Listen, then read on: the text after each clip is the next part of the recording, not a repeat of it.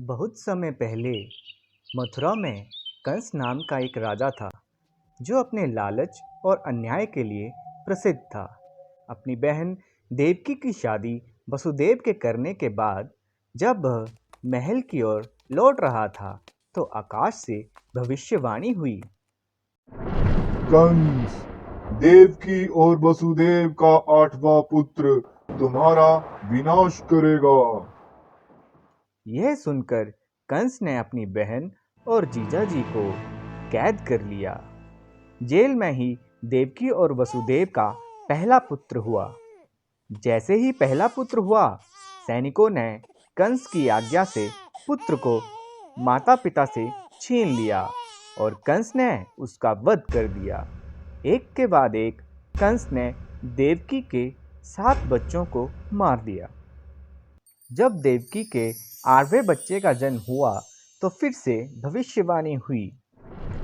इस बच्चे को यमुना नदी के पार गोकुल ले जाओ और वहां अपने मित्र नंद और यशोदा की जन्मी संतान से इसे बदल दो। इसके बाद चमत्कार हो गया। वसुदेव की बेड़ियां अपने आप खुल गईं। कारागार के सभी द्वार खुलते गए और सब सैनिक निद्रावस्था में चले गए। जब वसुदेव ने सिर पर टोकरी लिए यमुना नदी को पार किया तब जोर की बारिश हो रही थी। नदी उफान पर थी पर पानी उनके कंधों के ऊपर नहीं उठा। रास्ते में जब उन्हें परेशानी हुई तो उन्हें एक 10 सिर वाले सांप ने छतरी बन बारिश से बचाया। वसुदेव अब समझ गए कि उनका बेटा कोई आम बालक नहीं बल्कि दिव्य है। नंद के घर पर अपने बच्चे को रखकर वसुदेव ने यशोदा के बच्चे को उठा लिया जो कि एक कन्या थी और कारागार वापस लौट आए। कंस ने कन्या की आवाज सुनी तो वह कारागार में उसे मारने के लिए आया।